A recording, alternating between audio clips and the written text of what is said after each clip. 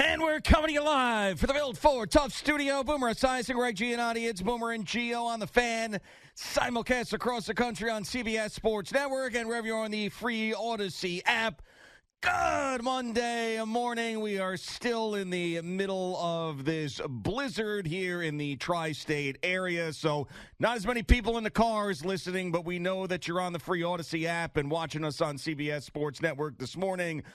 We are here, and we are absolutely thrilled to be putting on our hats today. My America hat, Boomer's USA hat, his USA sweatshirt, because, and listen, I'm not trying to be some sort of fraud here. I understand that hockey is not my favorite sport, but I am 100% telling you that I was more into that game yesterday than just about any game in any sport in I don't know how long. I'm sitting there trying to get my daughters to watch every bit of it. I'm standing up. I'm nervous. And I really did not think that they were going to win once Canada turned it on in that second period when they really were controlling play. And they get to 3-on-3, and I'm like, listen, anything can happen here.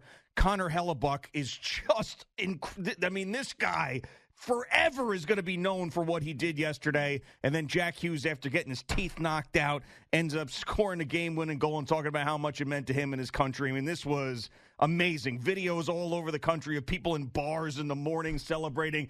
This was great, man. This is a core Olympic memory for me and many others, and we're going to be talking about this forever. Good morning, Boomer. How are you? Yeah, good morning, G. 46 years. It took 46 years to get gold, and I think about the golden goal by Sidney Crosby in Vancouver. You think about the Four Nations, Connor McDavid, the goal to win the Four Nations tournament against Connor Hellebuyck in overtime, and then you think about all these different things that happened in this game in which Connor Hellebuyck came up huge. You know, it's interesting. I'm not here to chirp Canadians. I actually admire Canadians. I love Canadians. I love the hockey. We have two Canadian jerseys in here. Sure. My favorite hockey player of all time is Rod Gilbert. He's Canadian. We got Clark Gillies in here. He's Canadian. Yeah. You know, it's their home sport. It's their sport. It's one of the reasons why climbing that mountain or climbing a ladder to get there and to do it in the fashion that they did it makes it all that much more satisfying. And, you know, the amazing thing about all these players, you know, whether it be the Johnny Gaudreau Memorial where they took the pictures with his kids, and we're all crying for that. Whether it was, the Matt Boldy, the first goal where he splits two great defenders in Cal McCarr and Devin Taves, and he somehow backhands the puck past Jordan Binnington. What a goal that was. And what an unexpected goal that was. And then you think about Charlie McAvoy, who is a defenseman. He finds himself behind the goaltender in the goal mouth. And the puck goes over the goaltender and hits him in the stomach, and he keeps it out of the net. Like, people didn't see that or even think about that as a big play. And then it's a scrum. You got guys all over the place, pucks flying every which way. You know, Nathan McKinnon missing open nets. Macklin Celebrini is supposed to be like one of the best, one-on-one guys when it comes to breakaways, and he's always the shootout guy, and Canada made a big deal about him being a shootout guy in earlier games. Everybody looked at him to be the guy because he's a 19-year-old super stud who plays for San Jose, and Connor Hellebuyck stops him. He stops Connor McDavid one-on-one. I mean, this is just a crazy sequence of events. And then if you told me that I could have McDavid, McKinnon, and McCarr on the ice in a 3-on-3 situation, how do I lose that? Yeah. You know why I lose that? I lose that because those guys are all offensive-minded, and they all want to win with the game-winning goal. And 3-on-3 hockey, for those who don't know about it or don't watch the game, it's a completely different strategy than 5-on-5. Now, I know hockey purists will tell you the game should have ended 5-on-5, not 3-on-3, but that's not the rules. The rules are the rules, and you play by the rules. The women, the same thing happened. Sure. And, the women, to their credit, I think are ahead of the men's hockey program just simply because they've gotten a few more gold medals in these situations. But, every player on both the men's and women's team give you hope for the future. I mean, not just the future of hockey, just the future of, I think, our country because of the way that they responded about USA on the front of the jersey, fighting for their team, pulling for their teammates, loving our country, knowing what it means. Could you imagine what those players, when they pick up their phone after the games, maybe when they're flying home last night, and they're looking at all the watch parties, like you were just talking about. Yeah. And there were a ton of them around here, of course, because this is hockey heaven around here. Everybody loves it. But there were tons of hockey parties all across North America, up in Canada as well. And maybe the Americans got a break that Sidney Crosby didn't play. Maybe the Americans got a break because Cale Makar didn't want to back check on that final goal on Jack Hughes. I mean, that wasn't a great pass by Rowensky to Jack Hughes in the defensive zone, but he chips it past Cale Makar. If Cale Makar gets that puck, it's Cale Makar and Connor McDavid against Connor Hellebuyck, and that's it. But somehow Jack Hughes gets that chip. Werenski sees the puck, goes and gets it, knocks Nathan McKinnon off the puck. Think about this. You're talking about the three best players in the NHL. And you have Werenski, who's one of the better defensemen in the NHL as well. Jack Hughes, who really has had a tough go this season because he's been hurt. He got hurt at that dinner. Remember, he cut his hand and with everything. Frank the Tank. Yeah, with Frank the Tank and everything.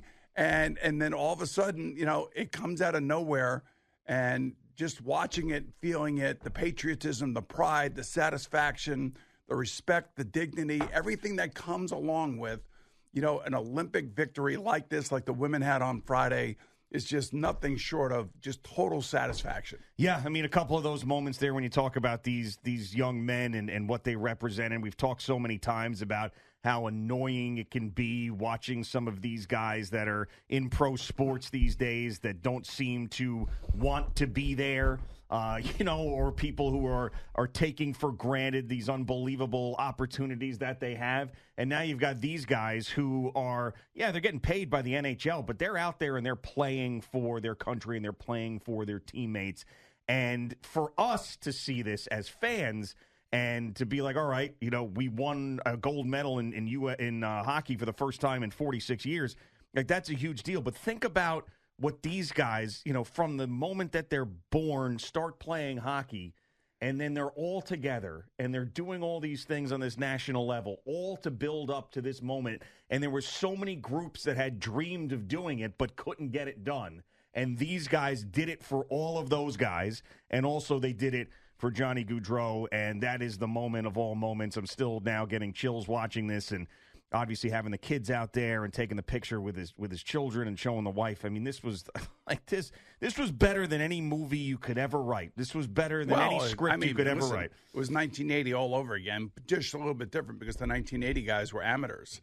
They were college kids that were brought together by the great Herb Brooks. You can't compare the two. But what I'm saying is that not only did those Americans beat maybe the greatest hockey team at that time, I could also say this American team just beat the greatest hockey team of this time. Yeah. I told you, like when you think about the players on that Canadian hockey team, and maybe we caught a break that Sidney Crosby, like I said, didn't play in this game because he's always the guy that's omnipresent in the biggest moments. And he's the unquestioned leader of Canada hockey. And he's somebody that you totally respect and get. And as much as I hate playing against him as a Ranger fan, I can only respect the way he plays and wish everybody would play the way that he would play and take the game as seriously. Listen, he had his moments in his career. I know, and against us too. Yeah, of course.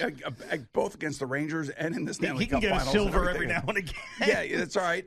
But, the thing about it is that, we often talk about culture in sports, and we always talk about, how, Aaron Glenn's trying to change the culture. John Harbaugh's got to change the culture.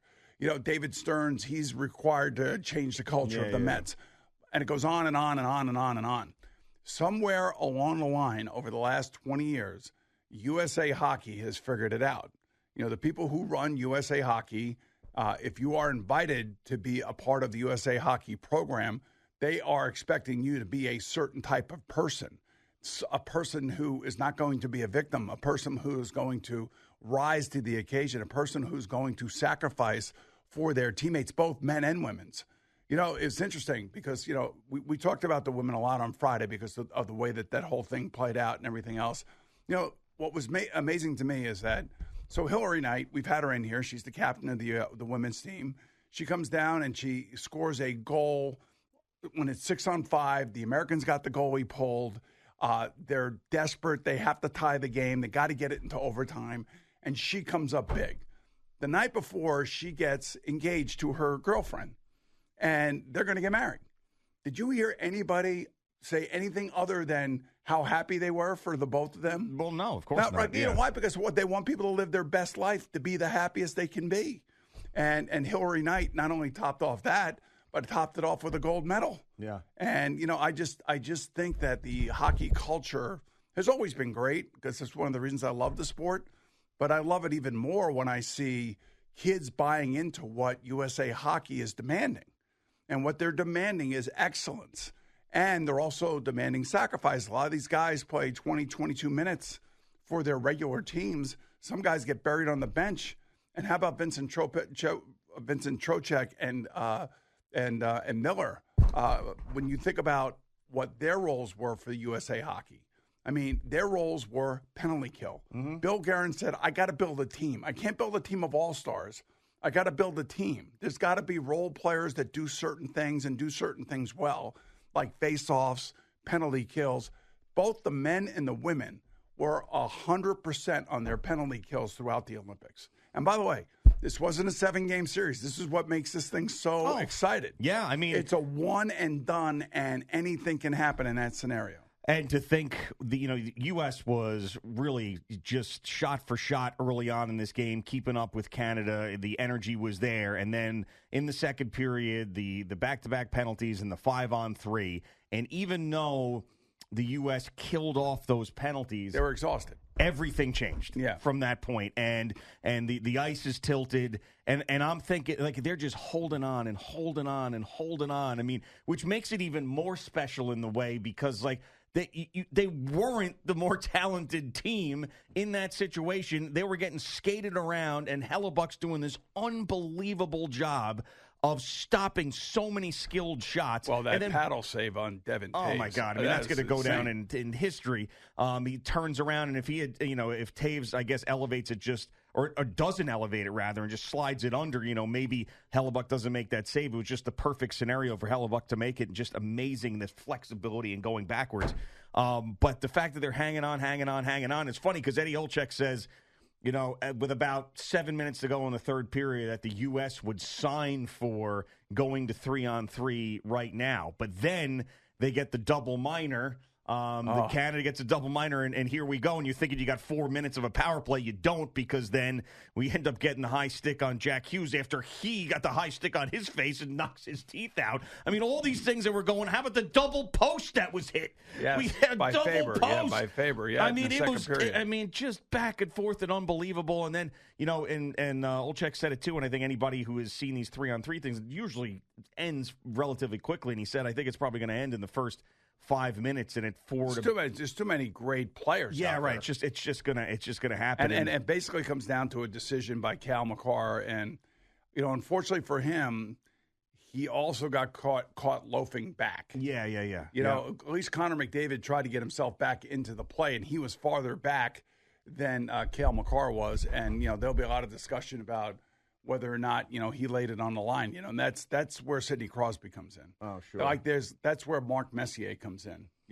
I was thinking about it the other day. I was thinking about it last night. Actually, I think I had two hours of sleep. I was so excited about this game and the way that it ended, and on top of what the women did. I mean, it's just so, like I said, satisfying, and there's such elation and pride, and there's tears of pride. You know what I mean? Like, it's ridiculous. Well, I mean, I also think too, like, and not to go hyperbole or bring anything else. There are so many. It's so rare that all of us are on the same page for anything these days, and that's including sports. And I'm just not talking politically. I'm talking sports. Like, we've got 3 different teams here in hockey. We're all bitching at each other about our hockey teams. We got 2 baseball fan bases that hate each other. We got football teams that don't like one. I mean, we do this. It's all the time. College basketball, we got Seton Hall fans and St. John's fans, whatever. You got people who are Democrats, Republicans, Independents. There's people who love the mayor, hate the mayor, love the governor, hate the governor. We're all here together watching this thing and all wanting the same thing to happen, except for maybe Sean Morash. I think he was rooting for Canada. But everybody else wanted the same thing to happen, and here we are watching it happen together. I mean, that's what made it so incredibly special. You weren't thinking about anything but having the U.S.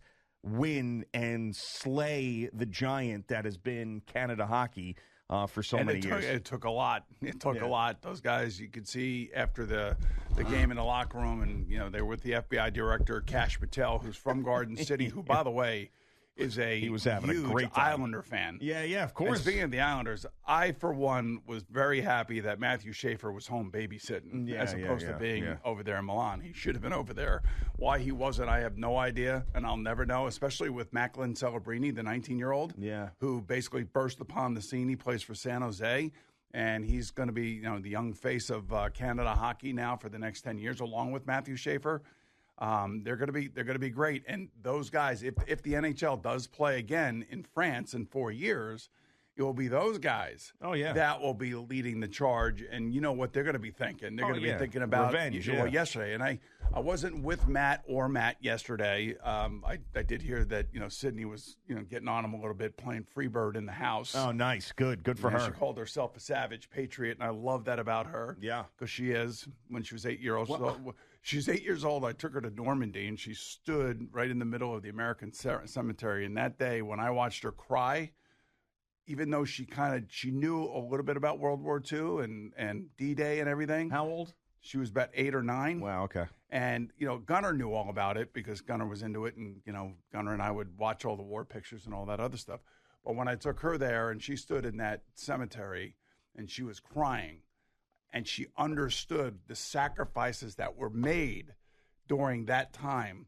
I think this is what's turned her into who she, and I hope that's what turned her into who she is today. And that's somebody who loves this country and loves Long Island, loves New York, and and is obviously chirping her husband and her living. Yeah, her living. Yeah, it was interesting. So I guess there was a Matthew Schaefer appearance yesterday at UBS Arena.